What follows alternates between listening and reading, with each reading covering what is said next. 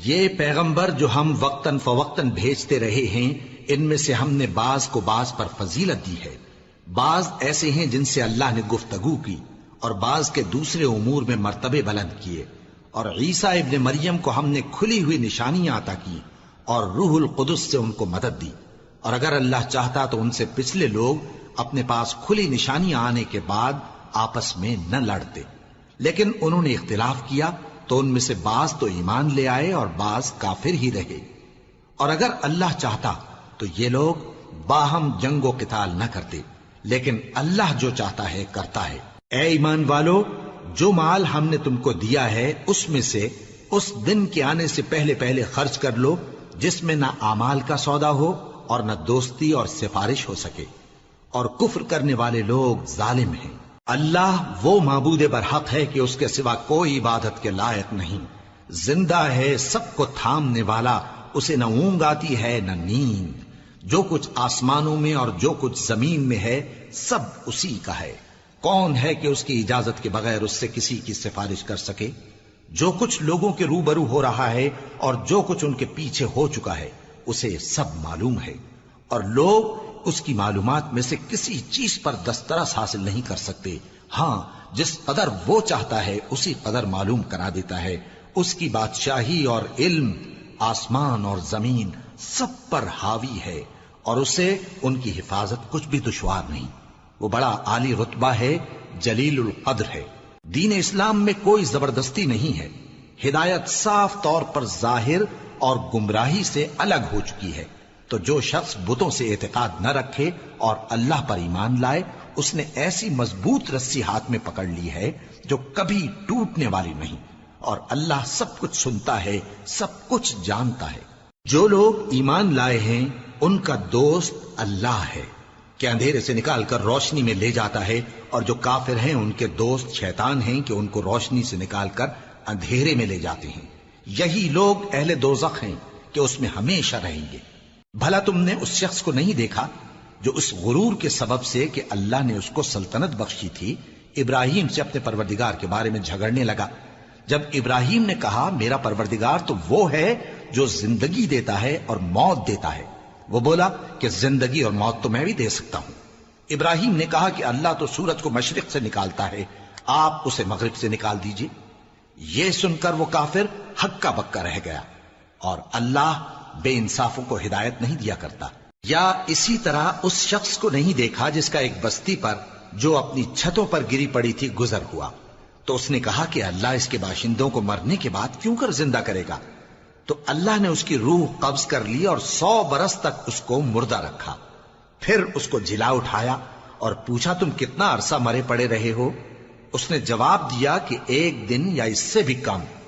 اللہ نے فرمایا نہیں، بلکہ 100 برس مرے رہے ہو، اور اپنے کھانے پینے کی چیزوں کو دیکھو کہ اتنی مدت میں مطلق سڑی بسی نہیں، اور اپنے گدھے کو بھی دیکھو جو مرا پڑا ہے۔ غرض ان باتوں سے یہ ہے کہ ہم تم کو لوگوں کے لیے اپنی قدرت کی نشانی بنائیں۔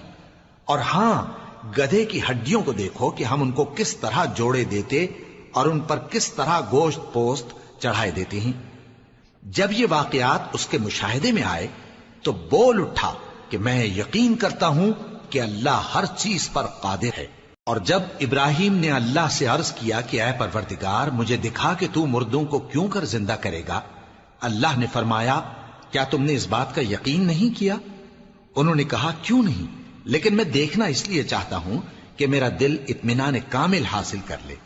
فرمایا کہ 4 پرندے لے لو، پھر ان کو اپنے سے ہلا لو اور ان کے ٹکڑے ٹکڑے کر دو، پھر ان کا ایک ایک ٹکڑا ہر ایک پہاڑ پر رکھ دو، پھر ان کو بلاؤ تو وہ تمہارے پاس دوڑتے چلے آئیں گے، اور جان رکھو کہ اللہ غالب ہے، صاحب حکمت ہے۔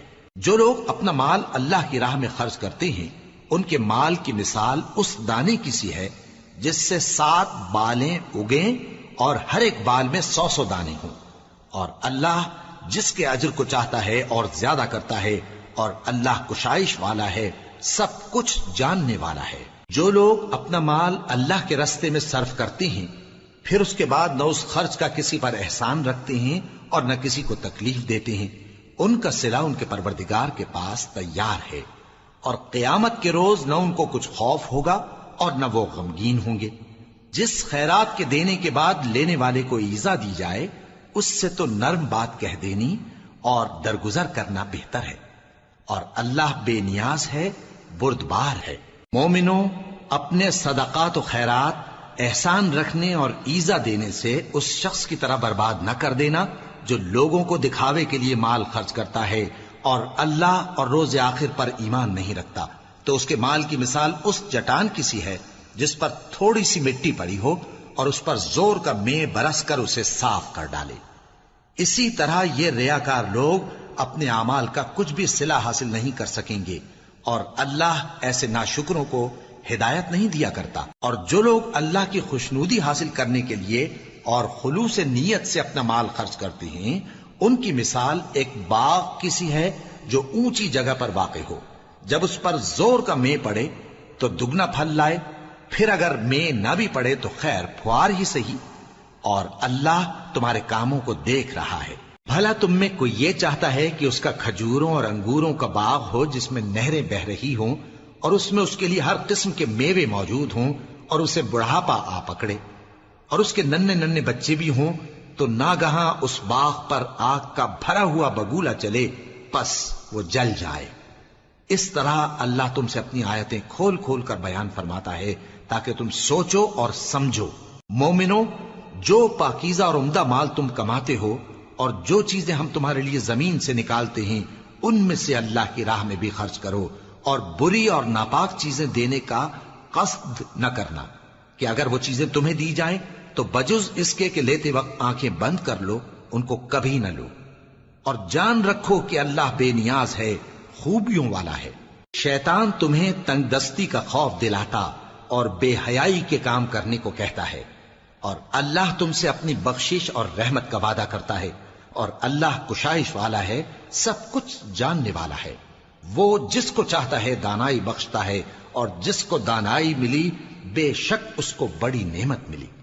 اور نصیحت تو وہی لوگ قبول کرتے ہیں جو عقل مند ہیں، اور تم اللہ کی راہ میں جس طرح کا خرچ کرو یا کوئی نذر مانو اللہ اس کو جانتا ہے، اور ظالموں کا کوئی مددگار نہ ہوگا۔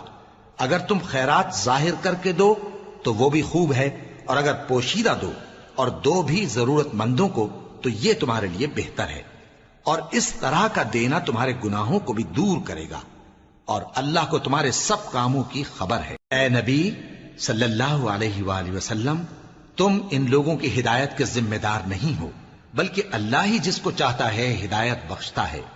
اور مومنو، تم جو مال خرچ کرو گے تو اس کا فائدہ تمہیں کو ہے، اور تم تو جو خرچ کرو گے اللہ کی خوشنودی کے لیے کرو گے، اور جو مال تم خرچ کرو گے وہ تمہیں پورا پورا دے دیا جائے گا اور تمہارا کچھ نقصان نہیں کیا جائے گا۔ اور ہاں، تم جو خرچ کرو گے تو ان حاجت مندوں کے لیے جو اللہ کی راہ میں رکے بیٹھے ہیں اور ملک میں کسی طرف جانے کی طاقت نہیں رکھتے اور مانگنے سے آر رکھتے ہیں، یہاں تک کہ نہ مانگنے کی وجہ سے ناواقف شخص ان کو تونگر خیال کرتا ہے، اور تم قیافے سے ان کو صاف پہچان لو کہ حاجت مند ہیں، اور شرم کے سبب لوگوں سے منہ پھوڑ کر اور لپٹ کر نہیں مانگ سکتے۔ اور تم جو مال خرچ کرو گے کچھ شک نہیں کہ اللہ اس کو جانتا ہے۔ جو لوگ اپنا مال رات اور دن اور پوشیدہ اور ظاہر اللہ کی راہ میں خرچ کرتے رہتے ہیں، ان کا صلہ ان کے پروردگار کے پاس ہے، اور ان کو قیامت کے دن نہ کسی طرح کا خوف ہوگا اور نہ غم۔ جو لوگ سود کھاتے ہیں وہ قبروں سے اس طرح حواس باختہ اٹھیں گے جیسے کسی کو جن نے لپٹ کر دیوانہ بنا دیا ہو، یہ اس لیے کہ وہ کہتے ہیں کہ سودا بیچنا بھی تو نفع کے لحاظ سے ویسا ہی ہے جیسے سود لینا، حالانکہ سودے کو اللہ نے حلال کیا ہے اور سود کو حرام۔ تو جس شخص کے پاس اللہ کی نصیحت پہنچی اور وہ سود لینے سے باز آ گیا تو جو پہلے ہو چکا وہ اس کا، اور قیامت میں اس کا معاملہ اللہ کے سپرد، اور جو پھر لینے لگا تو ایسے لوگ دوزخی ہیں کہ ہمیشہ دوزخ میں جلتے رہیں گے۔ اللہ سود کو نابود یعنی بے برکت کرتا اور خیرات کی برکت کو بڑھاتا ہے، اور اللہ کسی ناشکر گناہگار کو دوست نہیں رکھتا۔ جو لوگ ایمان لائے اور نیک عمل کرتے اور نماز پڑھتے اور زکوٰۃ دیتے رہے، ان کو ان کے کاموں کا صلہ اللہ کے ہاں ملے گا، اور قیامت کے دن ان کو نہ کچھ خوف ہوگا اور نہ وہ غمناک ہوں گے۔ مومنو، اللہ سے ڈرو، اور اگر ایمان رکھتے ہو تو جتنا سود باقی رہ گیا ہے اس کو چھوڑ دو، پھر اگر ایسا نہ کرو گے تو تم اللہ اور اس کے رسول کی طرف سے اعلان جنگ سن لو، اور اگر توبہ کر لو گے اور سود چھوڑ دو گے تو تم کو اپنی اصل رقم لینے کا حق ہے، جس میں نہ اوروں کا نقصان اور نہ تمہارا نقصان۔ اور اگر قرض لینے والا تنگ دست ہو تو اسے کشائش کے حاصل ہونے تک مہلت دو، اور اگر زر قرض بخش دو تو وہ تمہارے لیے زیادہ اچھا ہے، بشرطے کہ سمجھو۔ اور اس دن سے ڈرو جبکہ تم اللہ کے حضور میں لوٹ کر جاؤ گے، اور ہر شخص اپنے اعمال کا پورا پورا بدلہ پائے گا اور کسی کو کچھ نقصان نہ ہوگا۔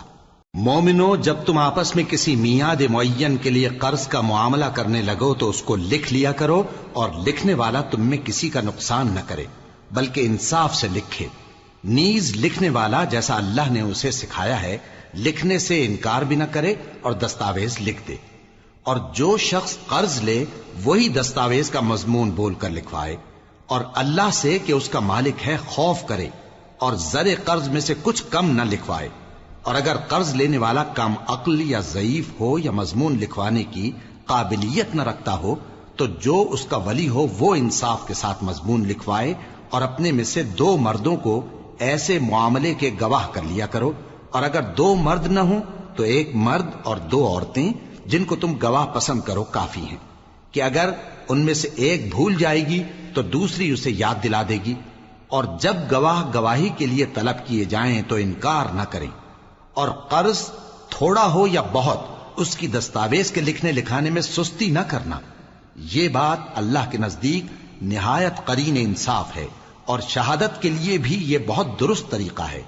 اس سے تم کو کسی طرح کا شک و شبہ بھی نہیں پڑے گا۔ ہاں، اگر سودا دست بدست ہو جو تم آپس میں لیتے دیتے ہو تو اگر ایسے معاملے کے دستاویز نہ لکھو تو تم پر کچھ گناہ نہیں۔ اور جب خرید و فروخت کیا کرو، مثلا زمین جائیداد کی، تو بھی گواہ کر لیا کرو، اور کاتب دستاویز اور گواہ معاملہ کرنے والوں کا کسی طرح کا نقصان نہ کریں۔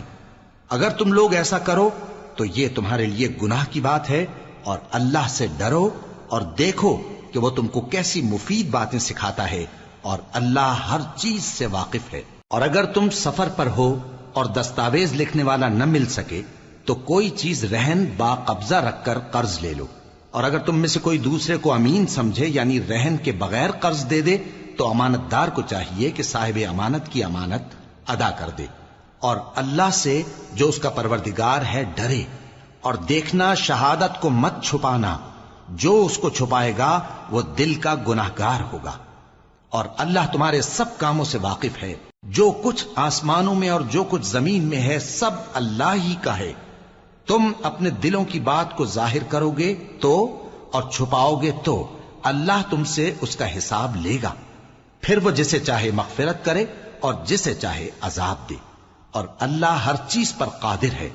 رسول اللہ صلی اللہ علیہ وآلہ وسلم اس کتاب پر جو ان کے پروردگار کی طرف سے ان پر نازل ہوئی ایمان رکھتے ہیں، اور مومن بھی سب اللہ پر اور اس کے فرشتوں پر اور اس کی کتابوں پر اور اس کے پیغمبروں پر ایمان رکھتے ہیں، اور کہتے ہیں کہ ہم اس کے پیغمبروں سے کسی میں کچھ فرق نہیں کرتے، اور وہ اللہ سے عرض کرتے ہیں کہ ہم نے تیرا حکم سنا اور قبول کیا۔ اے پروردگار، ہم تیری بخشش مانگتے ہیں اور تیری ہی طرف لوٹ کر جانا ہے۔ اللہ کسی شخص کو اس کی طاقت سے زیادہ کا ذمہ دار نہیں بناتا۔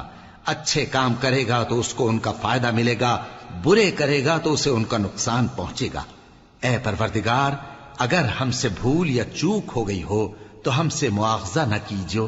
اے پروردگار، ہم پر ایسا بوجھ نہ ڈالیو جیسا تو نے ہم سے پہلے لوگوں پر ڈالا تھا۔ اے پروردگار، جتنا بوجھ اٹھانے کی ہم میں طاقت نہیں اتنا بوجھ ہم پر نہ رکھیو، اور اے پروردگار ہمارے گناہوں سے درگزر کر اور ہمیں بخش دے اور ہم پر رحم فرما، تو ہی ہمارا مددگار ہے، سو ہم کو کافروں پر غالب کر۔ شروع اللہ کا نام لے کر جو بڑا مہربان نہایت رحم والا ہے۔ الف لام میم۔ اللہ جو معبود برحق ہے، اس کے سوا کوئی عبادت کے لائق نہیں، زندہ ہے، سب کو تھامنے والا۔ اس نے اے نبی تم پر سچی کتاب نازل کی جو پہلی آسمانی کتابوں کی تصدیق کرتی ہے، اور اسی نے تورات اور انجیل نازل کی تھی۔ یہ 2 کتابیں اس نے پہلے نازل کی تھیں لوگوں کی ہدایت کے لیے، اور پھر قرآن جو حق اور باطل کو الگ الگ کر دینے والا ہے نازل کیا۔ جو لوگ اللہ کی آیتوں کا انکار کرتے ہیں ان کو سخت عذاب ہوگا، اور اللہ زبردست ہے، بدلہ لینے والا ہے۔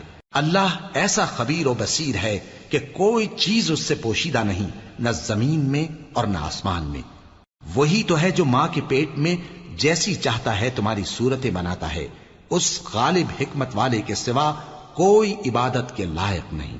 اے پیغمبر، وہی تو ہے جس نے تم پر یہ کتاب نازل کی جس کی بعض آیتیں محکم ہیں اور وہی اصل کتاب ہیں، اور بعض دوسری متشابہ ہیں۔ تو جن لوگوں کے دلوں میں کجی ہے وہ متشابہات کا اتباع کرتے ہیں تاکہ فتنہ برپا کریں اور مراد اصلی کا پتہ لگائیں، حالانکہ مراد اصلی اللہ کے سوا کوئی نہیں جانتا۔ اور جو لوگ علم میں گہری نظر رکھتے ہیں وہ یہ کہتے ہیں کہ ہم ان پر ایمان لائے، یہ سب آیات ہمارے پروردگار کی طرف سے ہیں، اور نصیحت تو عقل مند ہی قبول کرتے ہیں۔ اے پروردگار، جب تو نے ہمیں ہدایت بخشی ہے تو اس کے بعد ہمارے دلوں میں کجی نہ پیدا کر دیجو، اور ہمیں اپنے ہاتھ سے رحمت عطا فرما، تو بڑا عطا فرمانے والا ہے۔ اے پروردگار، تو اس روز جس کے آنے میں کچھ بھی شک نہیں سب لوگوں کو اپنے حضور میں جمع کر لے گا، بے شک اللہ خلاف وعدہ نہیں کرتا۔ جو لوگ کافر ہوئے اس دن نہ تو ان کا مال ہی اللہ کے عذاب سے ان کو بچا سکے گا اور نہ ان کی اولاد ہی کچھ کام آئے گی، اور یہ لوگ آتش جہنم کا ایندھن ہوں گے۔ ان کا حال بھی فرعونیوں اور ان سے پہلے لوگوں کا سا ہوگا جنہوں نے ہماری آیتوں کی تکذیب کی تھی، تو اللہ نے ان کو ان کے گناہوں کے سبب عذاب میں پکڑ لیا تھا، اور اللہ سخت عذاب کرنے والا ہے۔ اے پیغمبر، کافروں سے کہہ دو کہ تم دنیا میں بھی عنقریب مغلوب ہو جاؤ گے اور آخرت میں جہنم کی طرف اکٹھا کیے جاؤ گے، اور وہ بری جگہ ہے۔ تمہارے لیے دو گروہوں میں جو جنگ بدر کے دن آپس میں بھیڑ گئے قدرت الہی کی عظیم الشان نشانی تھی۔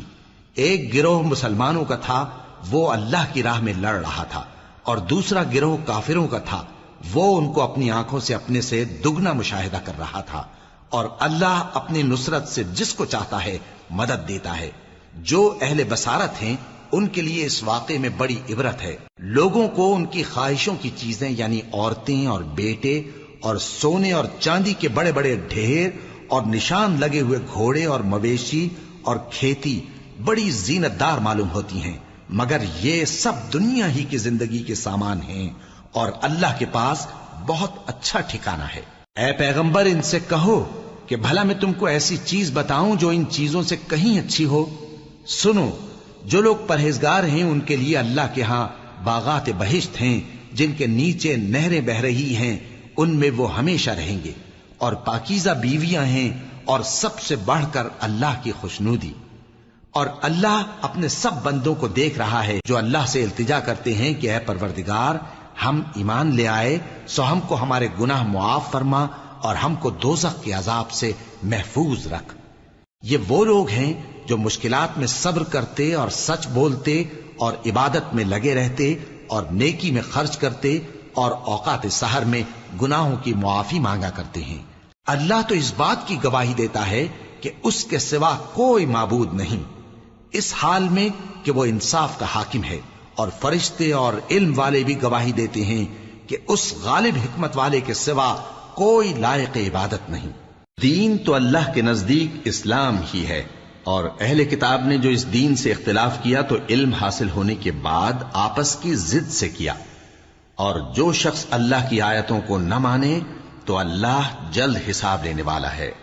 اے پیغمبر، پس اگر یہ لوگ تم سے جھگڑنے لگیں تو کہنا کہ میں اور میرے پیرو تو اللہ کے فرمانبردار ہو چکے، اور اہل کتاب اور ان پڑھ لوگوں سے کہو کہ کیا تم بھی اللہ کے فرمانبردار بنتے اور اسلام لاتے ہو؟ پس اگر یہ لوگ اسلام لے آئیں تو بے شک ہدایت پالیں، اور اگر تمہارا کہا نہ مانے تو تمہارا کام صرف اللہ کا پیغام پہنچا دینا ہے، اور اللہ اپنے بندوں کو دیکھ رہا ہے۔ جو لوگ اللہ کی آیتوں کو نہیں مانتے اور انبیاء کو ناحق قتل کرتے رہے ہیں، اور جو انصاف کرنے کا حکم دیتے ہیں انہیں بھی مار ڈالتے ہیں، ان کو دکھ دینے والے عذاب کی خوشخبری سنا دو۔ یہ ایسے لوگ ہیں جن کے اعمال دنیا اور آخرت دونوں میں برباد ہیں، اور ان کا کوئی مددگار نہیں ہوگا۔ بھلا تم نے ان لوگوں کو نہیں دیکھا جن کو کتاب یعنی تورات سے حصہ دیا گیا اور وہ اس کتاب اللہ یعنی قرآن کی طرف بلائے جاتے ہیں تاکہ یہ ان کے تنازعات کا ان میں فیصلہ کر دے؟ تو ایک فریق ان میں سے پھر جاتا ہے اور منہ پھیر لیتا ہے، یہ اس لیے کہ یہ اس بات کے قائل ہیں کہ دوزخ کی آگ ہمیں چند روز کے سوا چھو ہی نہیں سکے گی، اور جو کچھ یہ دین کے بارے میں بہتان باندھتے رہے ہیں اس نے ان کو دھوکے میں ڈال رکھا ہے۔ تو اس وقت کیا حال ہوگا جب ہم ان کو جمع کریں گے، یعنی اس روز جس کے آنے میں کچھ بھی شک نہیں، اور ہر نفس اپنے اعمال کا پورا پورا بدلہ پائے گا اور ان پر ظلم نہیں کیا جائے گا۔ کہو کہ اے اللہ، اے بادشاہی کے مالک، تو جس کو چاہے بادشاہی بخشے اور جس سے چاہے بادشاہی چھین لے، اور جس کو چاہے عزت دے اور جسے چاہے ذلیل کرے۔ ہر طرح کی بھلائی تیرے ہی ہاتھ ہے اور بے شک تو ہر چیز پر قادر ہے۔ تو ہی رات کو دن میں داخل کرتا اور تو ہی دن کو رات میں داخل کرتا ہے، تو ہی بے جان سے جاندار پیدا کرتا ہے اور تو ہی جاندار سے بے جان پیدا کرتا ہے، اور تو ہی جس کو چاہتا ہے بے حساب رزق بخشتا ہے۔ مومنوں کو چاہیے کہ مومنوں کے سوا کافروں کو دوست نہ بنائیں، اور جو ایسا کرے گا اس سے اللہ کا کچھ عہد نہیں۔ ہاں، اگر اس طریق سے تم ان کے شر سے بچاؤ کی صورت پیدا کرو تو مذائقہ نہیں، اور اللہ تم کو اپنے غضب سے ڈراتا ہے اور اللہ ہی کی طرف تم کو لوٹ کر جانا ہے۔ اے پیغمبر، لوگوں سے کہہ دو کہ کوئی بات تم اپنے دلوں میں مخفی رکھو یا اسے ظاہر کرو، اللہ اس کو جانتا ہے، اور جو کچھ آسمانوں میں اور جو کچھ زمین میں ہے اس کو سب کی خبر ہے، اور وہ ہر چیز پر قادر ہے۔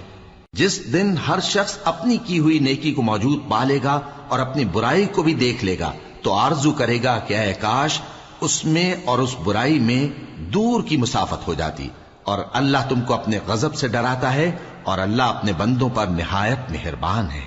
اے پیغمبر، لوگوں سے کہہ دو کہ اگر تم اللہ کو دوست رکھتے ہو تو میری پیروی کرو، اللہ بھی تمہیں دوست رکھے گا اور تمہارے گناہ معاف کر دے گا، اور اللہ بخشنے والا ہے، مہربان ہے۔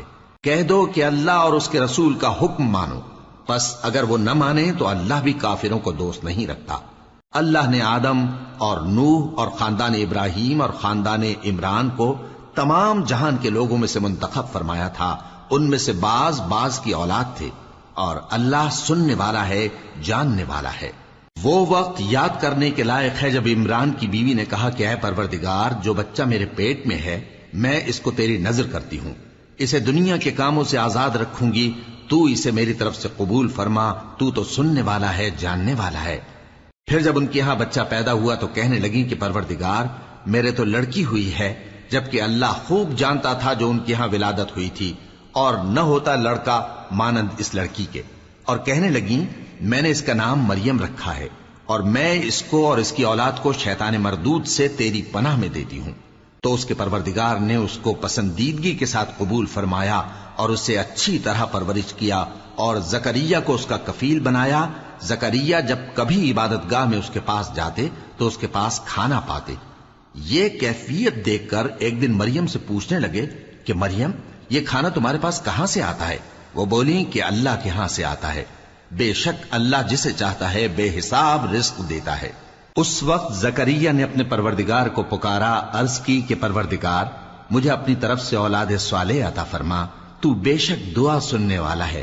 چنانچہ وہ ابھی عبادت گاہ میں کھڑے نماز ہی پڑھ رہے تھے کہ فرشتوں نے آواز دی کہ زکریا، اللہ تمہیں یحییٰ کی بشارت دیتا ہے، جو کلمۃ اللہ یعنی عیسیٰ کی تصدیق کریں گے اور سردار ہوں گے اور عورتوں سے رغبت نہ رکھنے والے اور ایک پیغمبر یعنی نیکوکاروں میں ہوں گے۔ زکریا نے کہا، اے پروردگار، میرے ہاں لڑکا کیوں کر پیدا ہوگا کہ میں تو بڈھا ہو گیا ہوں اور میری بیوی بانجھ ہے؟ فرمایا، اسی طرح اللہ جو چاہتا ہے کرتا ہے۔ زکریا نے کہا کہ پروردگار، میرے لیے کوئی نشانی مقرر فرما دے۔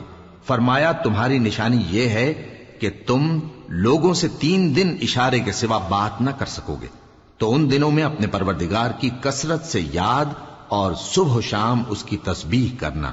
اور جب فرشتوں نے مریم سے کہا کہ مریم، اللہ نے تم کو برگزیدہ کیا ہے اور تمہیں پاک بنایا ہے اور دنیا جہان کی عورتوں میں سے تم کو منتخب کیا ہے، اے مریم، اپنے پروردگار کی فرما برداری کرنا اور سجدہ کرنا اور رکوع کرنے والوں کے ساتھ رکوع کرنا۔ اے نبی، یہ باتیں اخبار غیب میں سے ہیں جو ہم تمہارے پاس بھیجتے ہیں۔ اور جب وہ لوگ اپنے قلم بطور قرعہ ڈال رہے تھے کہ مریم کا کفیل کون بنے تو تم ان کے پاس نہیں تھے، اور نہ اس وقت ہی ان کے پاس تھے جب وہ آپس میں جھگڑ رہے تھے۔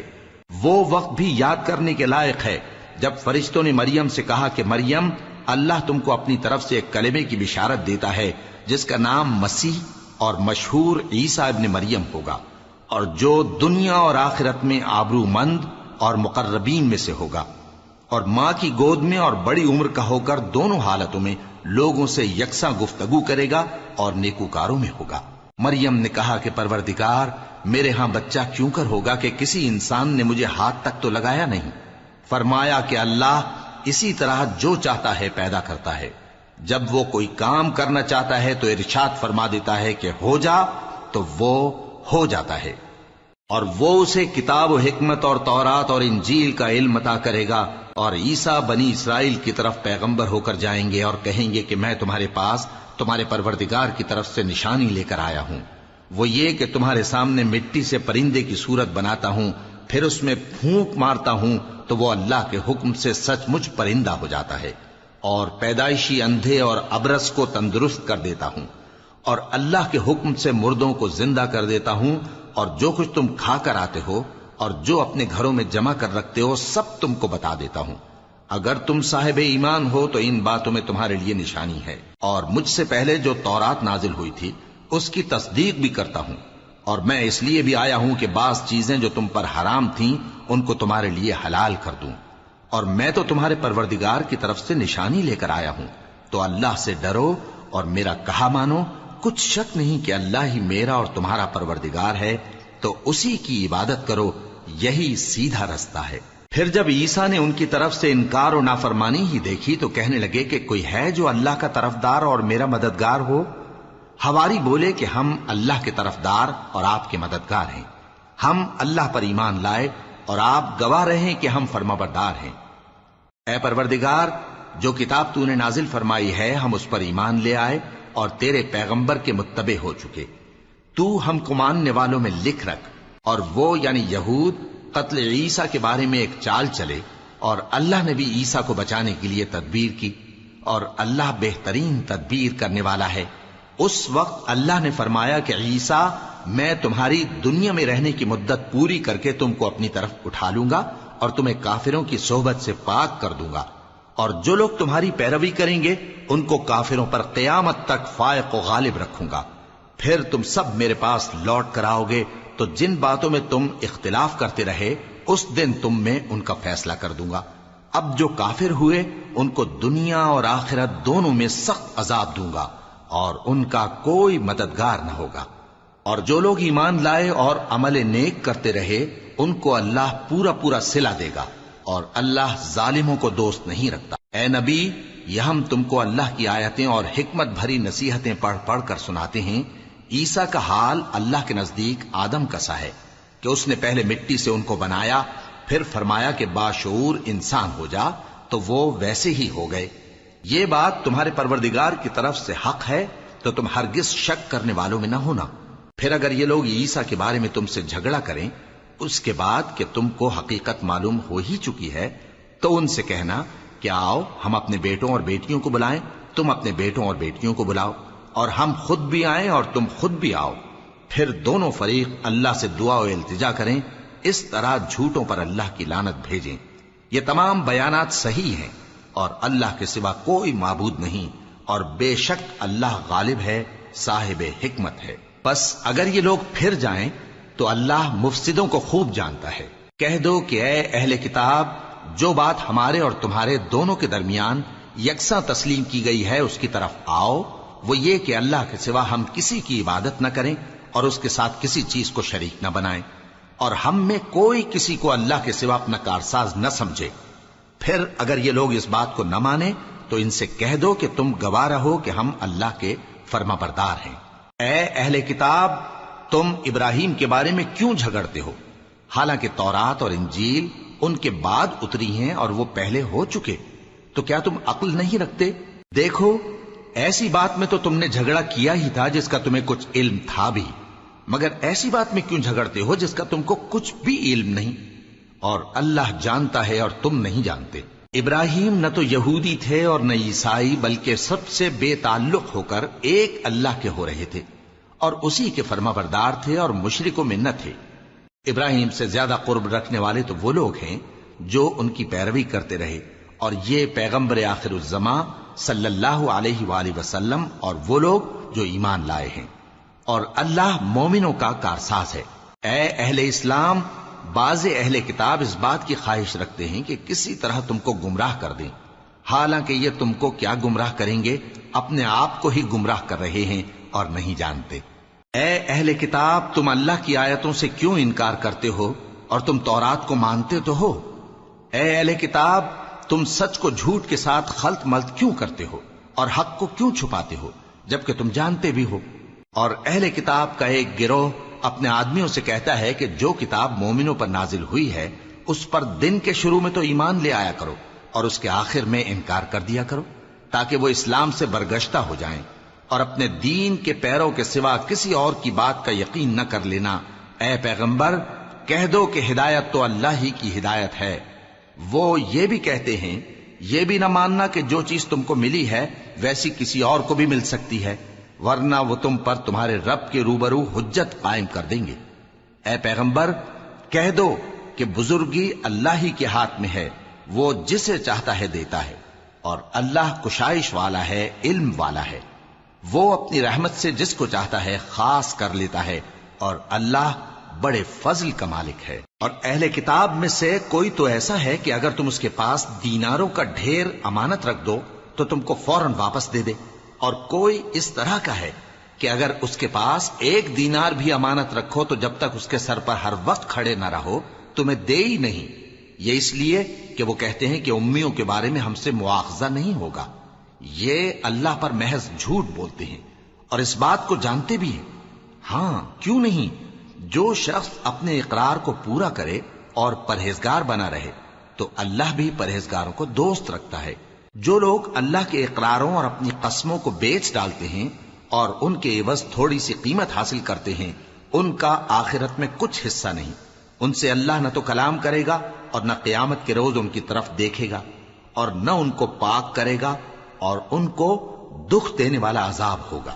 اور ان اہل کتاب میں بعض ایسے ہیں کہ کتاب یعنی تورات کو زبان مروڑ مروڑ کر پڑھتے ہیں تاکہ تم سمجھو کہ جو کچھ وہ پڑھتے ہیں کتاب میں سے ہے، حالانکہ وہ کتاب میں سے نہیں ہوتا، اور کہتے ہیں کہ وہ اللہ کی طرف سے نازل ہوا ہے، حالانکہ وہ اللہ کی طرف سے نہیں ہوتا، اور اللہ پر جھوٹ بولتے ہیں اور یہ بات جانتے بھی ہیں۔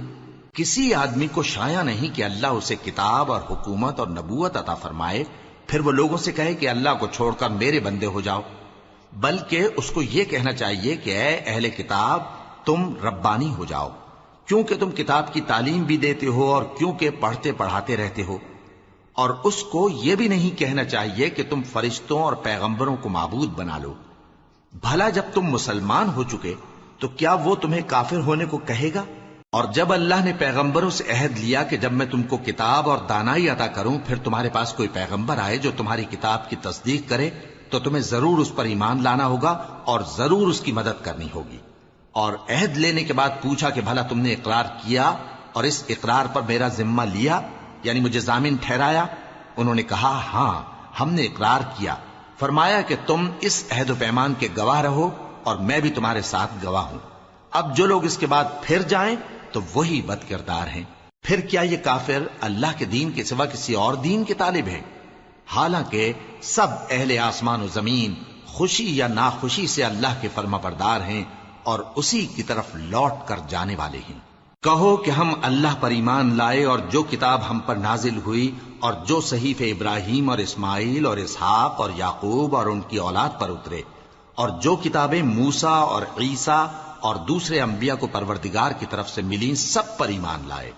ہم ان پیغمبروں میں سے کسی میں کچھ فرق نہیں کرتے، اور ہم اسی اللہ کے فرما بردار ہیں۔ اور جو شخص اسلام کے سوا کسی اور دین کا طالب ہوگا وہ اس سے ہرگز قبول نہیں کیا جائے گا، اور ایسا شخص آخرت میں نقصان اٹھانے والوں میں ہوگا۔